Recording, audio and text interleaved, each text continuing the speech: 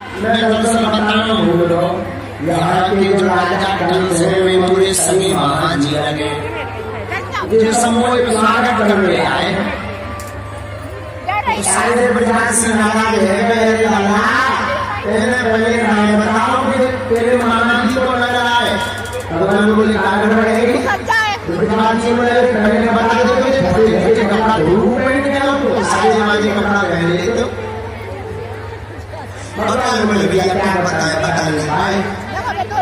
जो कंस है वो हमारे सगे महाराज जी लगे भैया तेरे मामा को तेरी जिम्मेदारी है कि वो अच्छे कपड़ा पहना तो तेरी भी इज्जत बनी रहेगी। भगवान बोले ठीक है। इतने में कंस महाराज को धोबी चलवा लो तो मुख करता होते अचानक शराब देखने जितना अधिकारी को भगवान नहीं होता उससे नहीं आ रहा उसके 84 हो नेताजी का भगवान लिए उनसे ज्यादा ये तो समझ लगा कि हमें है वो होता है। एक बार हमारे गाँव उन्होंने काम नहीं आया अरे बोले आप समझते नहीं है ऐसा समझा जो आए नहीं तो समझा तो नहीं समझा जाओ पाँच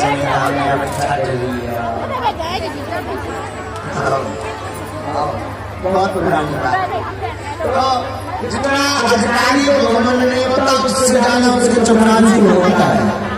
जितना कंस घमंड नहीं कि धोबी महाराज आपको गाय के कपड़ा धोई भगवान ने देखो भगवान समझ गया भगवान की पहले से समझ में चला कि इनसे ये हमारे धोबी मामा कब से राम अवतार से राम अवतार में जब रावण का वध कर दिया राम राजा बने तो धोबी है मां जानकी जी के ऊपर उंगली उठा ली थी। भगवान राम जी बोले रुका तो हमारे आधा पुरुषोत्तम लेकिन द्वापर चुन के बदल लेंगे। राम अवतार भगवान ने छोड़ो तो लेकिन ये अवतार नहीं छोड़ो वही होगी इसका कपड़ा धोने वाला बना। तो भगवान बोले मामा जी धोबी ने को बोले भैया तो बता करो निकल जाओ। भगवान बोले सच्चा से धोबी बोले बता भगवान बोले ये तनके जब राजा है कंस में हमारे सगे मामा सुचेत में सम्मामा मामन महाराज के घास को नहीं से खराब मामा कंस मामा वाली मामा सकनी मामा नदी को तो धूम मची हम भी उनके मामा हैं तो बनाई वाले हम भी हैं लेकिन कल में एक ऐसे मामा है जो मर कर भी अमर हो गए हरदम एक ऐसे भी मामा है त्रेता द्वापर की बात छोड़ो कलियों में एक ऐसे मामा है जो मरने के बाद भी भात लेकर के गए। हमारा विचार है कि कभी कथा में हरदम चल संतों की शरण बड़ा मिलता का महाराज हम तुम्हारे मामा चाची हो गए मामा। भगवान बोले एक काम करो निवेदन रखो धोबी और बताओ वचन बताओ देंगे। भगवान बोले भैया मामा जी काय जी भगवान बेचारे कपड़ा नहीं पहन पाए जल्दी जल्दी दो चार जोड़ी निकाल दी पकड़ लिया मामा जी लाल के नमरे मामा जी बोले है कहाँ राजा कंस के कपड़ा ना तो बनाओगे कहाँ बटवासी भगवान की तरफ लेकर नहीं पहले पड़ता भगवान बोल तो भगवान ने तो मामा जी के सीधे लगा के दे स्वामी चक्कर मार कर जी बैठे और गोविंदाय नमो नमः धोबी मामा भगवान बोले निकालो अपने मन के सब अपने मन के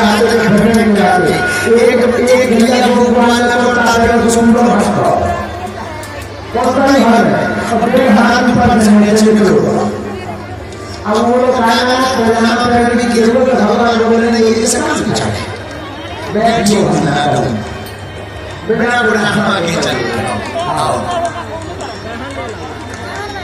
करते हैं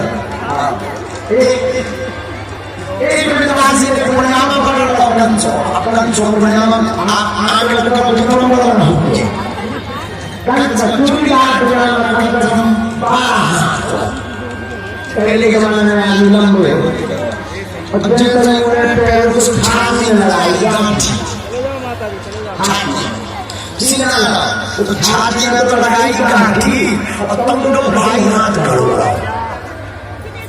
बोले मासी बोले जो खतरा हो भगवान बोले पैर को खतरा में ना बनो पैर समय पैरा दो सब कैसे पकड़े पहले से लोग चाय में जा दो बिटिया हाँ दुनिया तंत्रे रोमनो बोला माता चली जाए अब चली जाए जैसे महाराज बोले आपने देखो जब जय महाराज जाए जा उसको काका लहंगा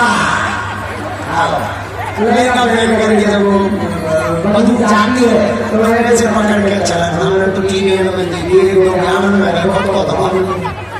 एक दो ग्रामीण में देखा सामने देखो वो बेचारे जो बंदूक होती है वो ऐसे पकड़ करके चला हाँ और उनसे प्रकार से वो हाल है दो ही तरफ से पकड़े को चले जा रहे तो हम लोग भगवान को बोले भगवान कर दिया भगवान बोले काय बचवासी बोले पाँच भगवान बोले का बोले पाँच में तो हम झाड़ बुझा जाए भगवान बोले क्यों अरे बोले देखो अपना हाल मंजी बोल रो तो हम साफ कर दो अपना मथुरा भगवान बोले चंगा भगवान के हाथ रोक है एक दर्जी मामा की दुकान देखी मामा जी राम राम दर्जी मामा बोले भैया मामा जी जितना कपड़ा फिट कर दो आओ दर्जी मामा ने तो बोला यार देखा लो दर्जी मामा ने नाम के कपड़ा सबके फिट कर दे भगवान बोले बताओ क्या करिए दक्षिणा में दर्जी मामा सोचने लगे कि अबे धोबी मामा कहा दो तुम तो हमने देखा ही ना कौड़ी प्रकार की अगर हमें गिफ्ट दे रही हमारे बाल बच्चे भूख न मर जाए कुछ आदमी ऐसे होते हैं दर्जी ताचकर कुछ आदमी ऐसे जो भक्त पर होते देखने की पार्टी की सरकार बनने वाली है सुनिए जो पार्टी को विपक्ष को झंडा फेंकते और जो उनकी सरकार बनने वही को काट अब कोई पूछे क्यों जो झंडा अरे हम तो पहले ही से हमारे जन्म से हमारे बाबा तो हमें वोट देता है आप पिताजी देता है आप हम अरे वो तो जबरदस्ती में बेनी किसान हम तो भोनाथ है हमने करवाई है भोनाथ जैसे हमने देखो हमने तो ढेक के हमारी वाला लगा इन्हें कहते हैं मौसम परखताल क्या कहते हैं वक्त परखताल ये वक्त देख लेते हैं गवर्नमेंट को चलो होलवार और छोड़ने को झंडा बोले जिंदाबाद दादी की वजह से दादी को हमें पता है क्या कि आने नहीं को मौसम आ रहा दादी हाथ जोड़ के बोलो महाराज हमें कछु बिचाने आपकी कृपा बन रहा है भगवान बोले तक कृपाई कर बोले बस कृपा भगवान बोले आप उसीरा फूलो फलो महाराज सो फूल फलो दर्जी आज भी हमारे दर्जी हो गया है तो रुपया की तक 500 एक सेट जो एक सेट तुम लोगे से तुम बता दो तुमने राजा के कपड़ा में 10,000 के पहले रसीद नहीं काटा जो हमारा नहीं भगवान के शुभ आशीर्वाद फूल रहे और फल रहे आज भी प्रत्यक्ष है ये दर्जी भी राम अवतार में महाराज जनक के नगर में रहता था ऐसे राम जी के विवाह में कपड़े सीने थे तो किसी भगवान के कपड़े सीने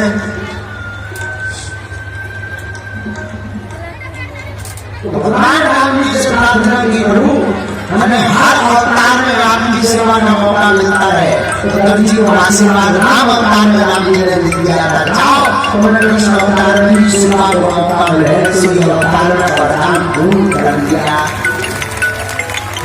भगवान ने कहा ब्रह्माजी को अपने सुनो। सब जन बोले आनंद आ गया, अब तो कमरा बढ़िया हो गए, बेटे हो गए, अब कोई और बात बोले महाराज और तो कोई बात नहीं।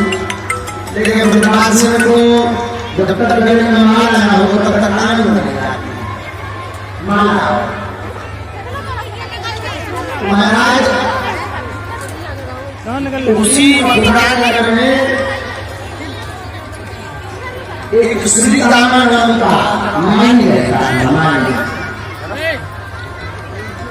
तो उसका नाम था श्री रामा। वो भगवान से बड़ा प्रेम करता था। सुदामा नाम का मानी रहता था, बड़ा प्रेम करता था भगवान से। तो उसने प्रार्थना की कि प्रभु आपकी कृपा यहाँ पर हो जाए। भगवान सुदामा नाम के माली के घर पहुंचे, माला को धारण करके आशीर्वाद दिया। पूर्व जन्म में सुदामा नाम का जो माली है कुबेर का एक बन था, रमणीय बन, जिसका नाम था चैत्ररथ। राजा कुबेर हुए, कुबेर का एक वन था जिस वन का नाम था चैत्ररथ। चैत्ररथ नाम के वन में यह माली रहता था, इसका नाम था हेममाली। हेममाली रहता था, वो रोज कुबेर के मन की देखभाल करता था और रोज 300 समर पुष्पों को भूत भाव भोले बाबा के ऊपर चढ़ाया करता था। कितने पुष्प? 300 रोज 300 पुष्पों को चढ़ाता था। एक प्रसन्न हो गए, प्रकट हो गए, हेम नाम का जो माली था उसे हाथ में लेके आप हम चाहते हैं कि हमारे घर पर कभी भगवान श्री हरि पधारे और हम उनकी सेवा करें। बोले बाबा बोले चिंता मत करो, द्वापर युग में तुम कंस से नगर में रहोगे, तुम्हारा नाम सुदामा रहेगा और तुम्हारे घर भगवान बिना बुलाए आएंगे, आकर के तुम्हें दर्शन देंगे। तो वही है माली। मथुरा में सुदामा नाम का माली लगा। भगवान से करके माली से माला धारण कराई, भगवान ने आशीर्वाद दिया। चलो भगवान बोले आओ, भगवान से बोले आओ तो सबको बचन नहीं चलेगा। भगवान बोले चलता चंदन लगाएंगे। उसी समय राजा कंस की दासी जिसका नाम था शैलंदी और उपनाम चलता था पूजा। क्या चलता था? पूजा 3 जगह से टेढ़ी, देखने में बहुत सुंदर लगती। तो मां चंदन लेकर चली आ रही थी और जब चली आ रही थी तो थोड़ी दूर तक देखने भगवान बोले अरे ओ सुंदरी। और जब सुंदरी तो उसको मां को पूजा रह गई, रुक गई। लेकिन उसने बोलकर इसलिए नहीं देखा, हो सकता है किसी और को बुलाया हो, हमको तो सुंदर है नहीं। लेकिन भगवान बोले सुंदरी तुम्हें यहाँ बुला रहे, उनका बहुत सुंदरी को मार रहा है। सुंदरी रूप सुंदरी रूप को बली रूप पहचानते इस हंसी कर रहे हैं। पूछा आप कौन? भगवान ने परिचय दिया। देवी तुम कौन हो? इसे अपना परिचय दिया। दासम नाम हम सुंदर कंस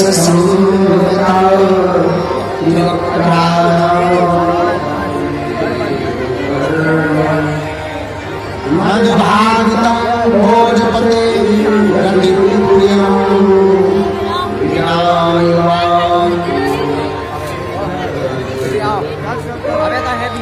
महाराज मेरा नाम शैलंदी है, मैं राजा कंस की दासी हूँ। महाराज कंस को हमारे हाथ का चंदन बड़ा प्यारा लगता है। मैं महाराज कंस को चंदन लगाती हूँ। भगवान ठाकुर जी बोले देवी कंसा का धूप लगाओ, बनाने लगा।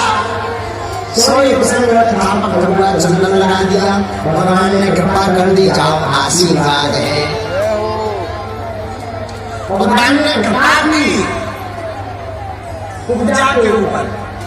उपजा 3 जगह से टेढ़ी थी, भगवान ने पैर के ऊपर पैर रखा, एक हाथ यहाँ लगाया, एक हाथ यहाँ लगाया, और जैसे ही पकड़ा सोई ताल भैया बोले भैया कन्हैया जय वृंदावन मथुरा के समझ गए। भगवान बोले चिंता न करो। इतने में ब्रजवाल से बोले कन्हैया एक बात बोलो ना। भगवान बोले बोलो। बोले तुम भी 3 जगह से टेढ़े, मुझे भी 3 जगह से टेढ़ी, जो भी बढ़िया में लगाई। भगवान बोले चुप रहो, और भगवान ने एक झटका मारा तो उसका जो ऊपर था जो 3 जगह से टेढ़ी थी वो तुरंत सुंदरी बनकर के प्रकट हो गई।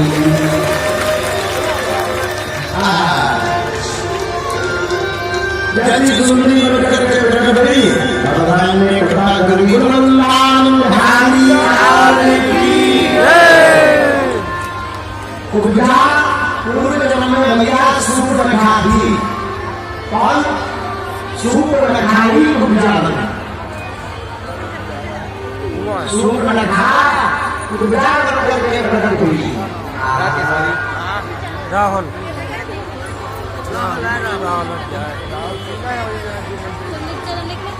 रावण का वध भगवान श्री राघव जी ने कर दिया।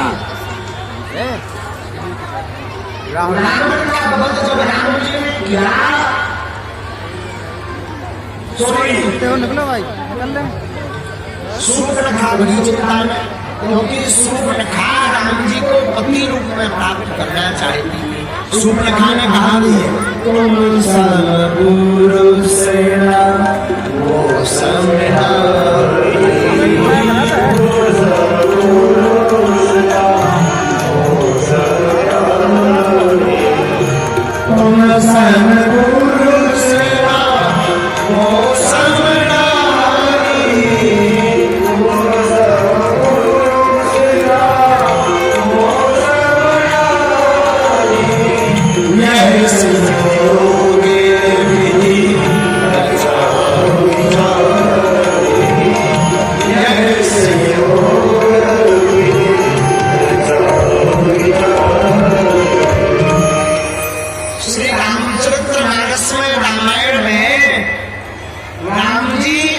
लक्ष्मण जी पहले सत्संग करते, कथा वार्ता।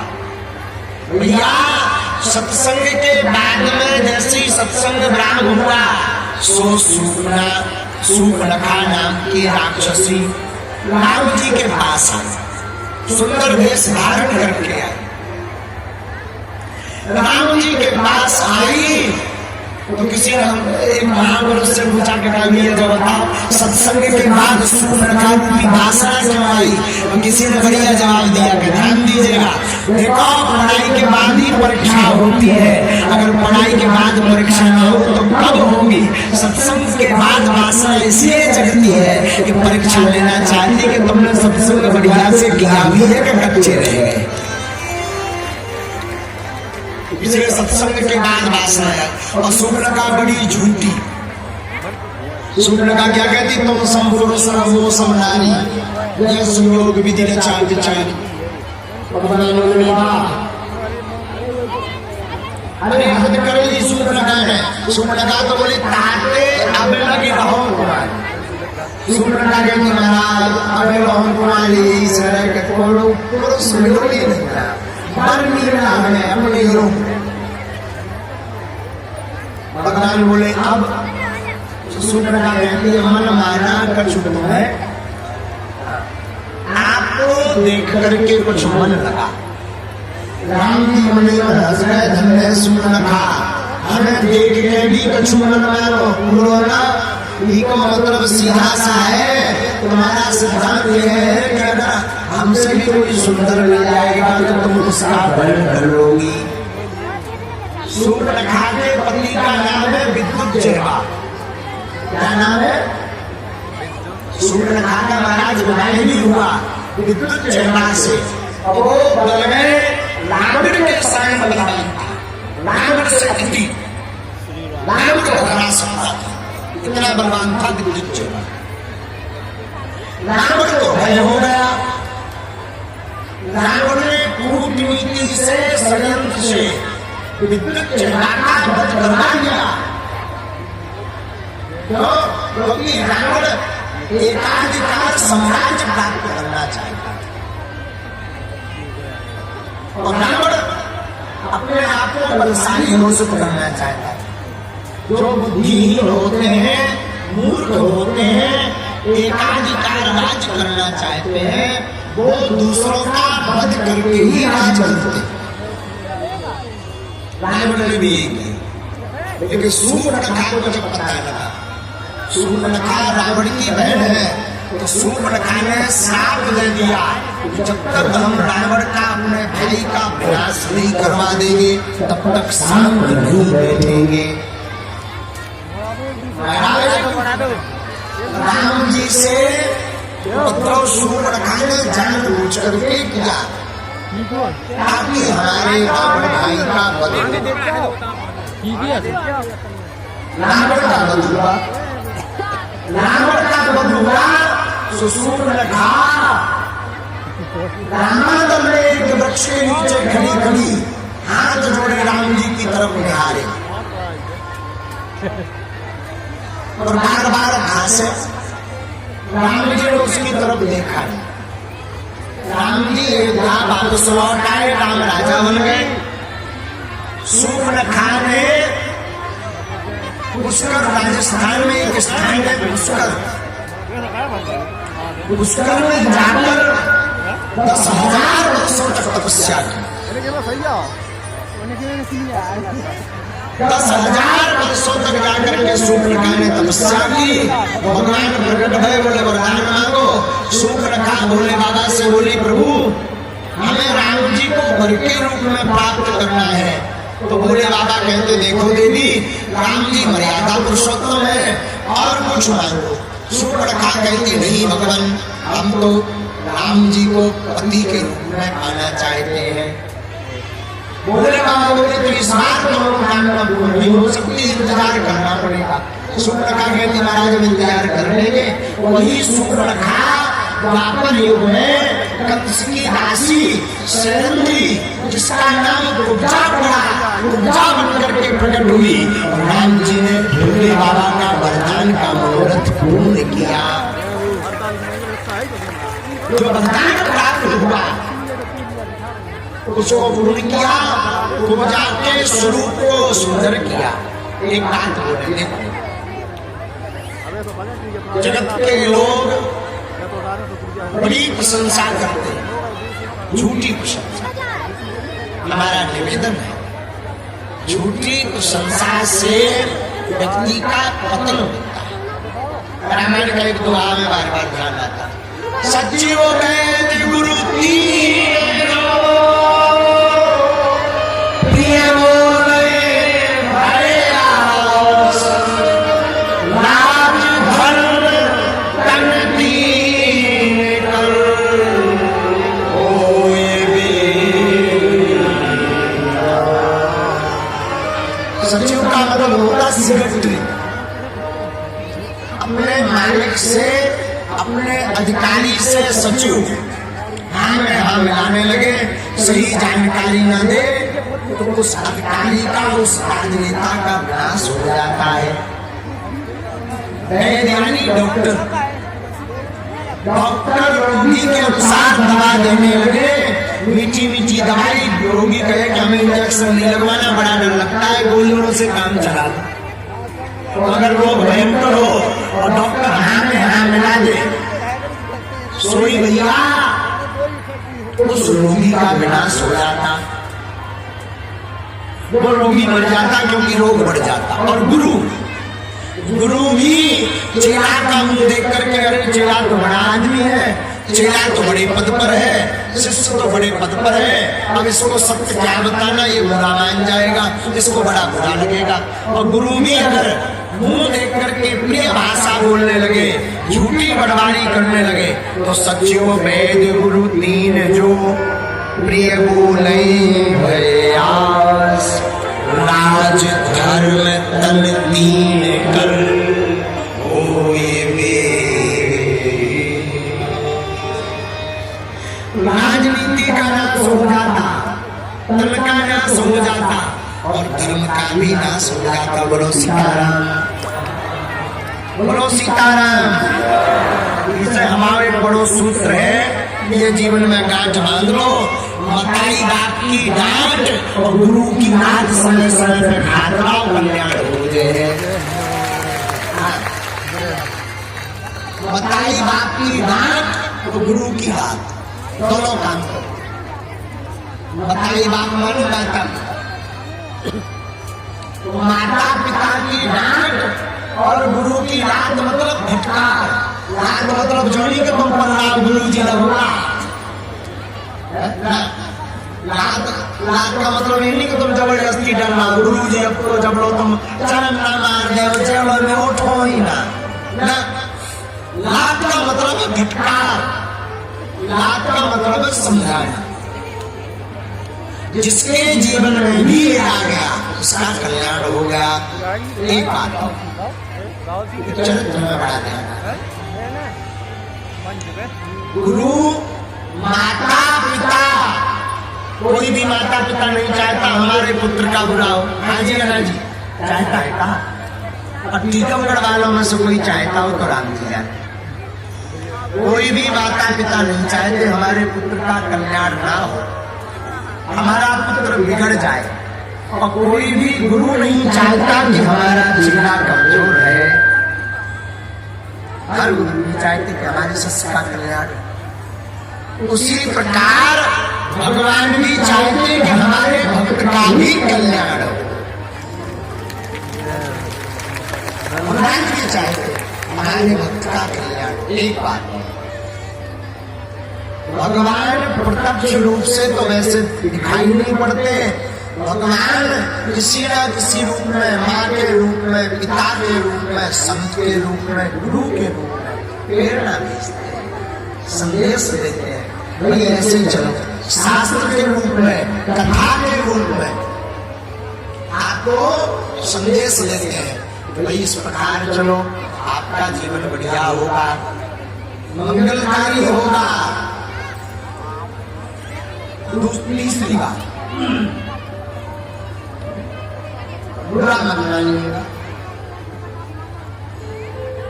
आप किसी भी परिस्थिति में पहुंच जाए, चाहे छोटी परिस्थिति हो अथवा बड़ी परिस्थिति हो, चार जगह दिखावा से बचें, चार जगह दिखावा करने से बचें। कहाँ का?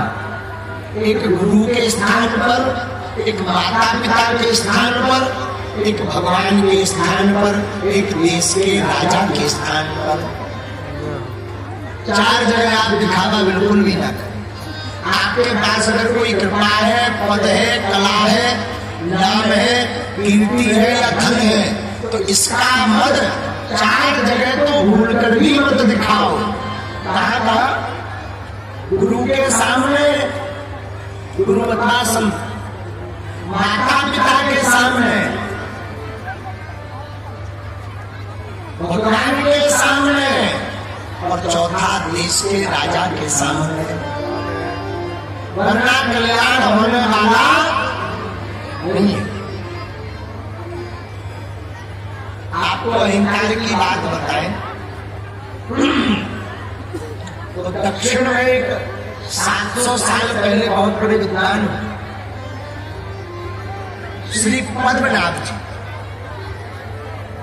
क्या कहना है इनकी विद्वत्ता का, पंडित महामहिम